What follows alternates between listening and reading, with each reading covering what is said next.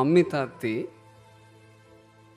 අම්මා තාත්තා දෙන්නා කළ යුත්තේ දරුවන්ට දරුවෝ කැමති සියලු දේ අරගෙන දීම නෙමෙයි. හොඳට හිතට ගන්න දෙමව්පිය මේක. දෙමව්පියෝ ඉන්නේ දරුවන්ට දරුවෝ ඉල්ලන හැමදේම දෙන්න නෙමෙයි. දරුවෝ අමනාප වෙයි හිතරිදව ගනී කියලා ඉල්ලන හැම එකම දරුවන්ට දෙන්න නෙමෙයි දෙමව්පියෝ ඉන්නේ. දෙමාපියෝ කියලා කියන්නේ තෝරා බේරාගෙන අනතුරක් නොවන දේ ලං කළ යුතුයි. අද මහමෙවුනාවේ පැවිදි වෙලා තරුණ වයසේ පැවිදි වෙලා ඉන්න අපේ ස්වාමීන් වහන්සේලාගේ පැවිදි ජීවිත සීලෙන් ගුණයෙන් ආරක්ෂා කරගන්න ලොකු අවස්ථාවක් ලැබිලා තියෙනවා. අපේ ගුරු දේවයන් වහන්සේ ගන්න තීරණ පැවිද්දට අනතුරුදායක දෙයක් අපට ලං කරගන්න දෙන්නේ අපේ ගුරු දේවයන් වහන්සේ.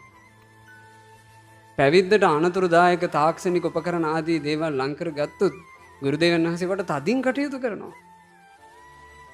ඒ නිසා අපේ පැවිදි ජීවිත අපේ ස්වාමීන් වහන්සේලගේ පැවිදි ජීවිත බොහෝමයක් ආරක්ෂා කරගන්න ගුරු දේවයන් වහන්සේගේ ආශිර්වාද ලැබෙනවා. ඒ වගේ දරු පැටවුන්ට අම්මා තාත්තා දෙන්නගේ ආශිර්වාදය ආලෝකය ඕනේ. මෙයාලගේ ජීවිත තාම අඳුරුයි.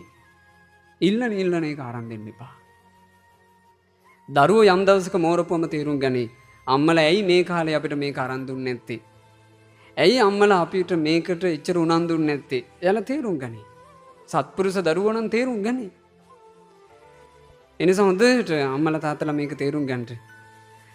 ඉල්ලන එක අරන් දීලා සෑහෙන දේවල් වෙලා ඉවරයි මේ වෙද්දී. මට මේ ලංකාවේ එක රෝහලක විශේෂඥ නිර්වින්දන වෛද්‍යවරයෙක් කතාවක් කිව්වා. ඒ රෝහලට ඇක්සිඩන්ට් වෙච්ච පුතෙක්ව අරගෙන ආවා. දුප්පත් පවුලක දුප්පත් තාත්තා කෙනෙකුගේ දුප්පත් අම්මා කෙනෙකුගේ බොහෝම වටින බයික් එකක් තිබ්බ පුතෙක්.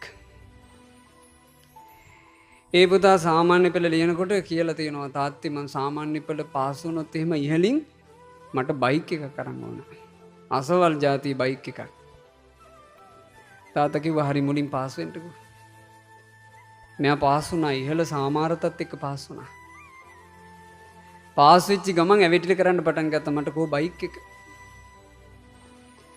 තාත්තා ගෙවන ක්‍රමයට බයික් එකක් අරන් දුන්නා. මෙයා ආස බයික් එක.